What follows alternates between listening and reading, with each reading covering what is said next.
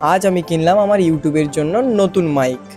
তো hello guys, আমি সৌম্য, তোমরা দেখছো সৌম্যদাস ব্লগস। এতে রয়েছে একটা ওয়্যারলেস মাইক, যেটা একটা কন্টেন্ট ক্রিয়েটারের জন্য খুবই গুরুত্বপূর্ণ জিনিস।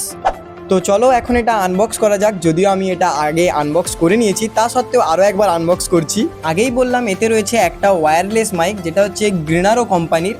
এটা হচ্ছে আমি ইউটিউবে এর খুব ভালো রিভিউ দেখে শেষমেশ এটাই অর্ডার দিয়েছিলাম। তো চলো এর এখন আনবক্সটা করা যাক। এটা খুললেই প্রথমেই দেখতে পাবে একটা রয়েছে মাইক, আর একটা রয়েছে ওটিজি বা যেটা মোবাইল অ্যাডজাস্টারও বলা যায়, যেটা মোবাইলে অ্যাডজাস্ট হবে।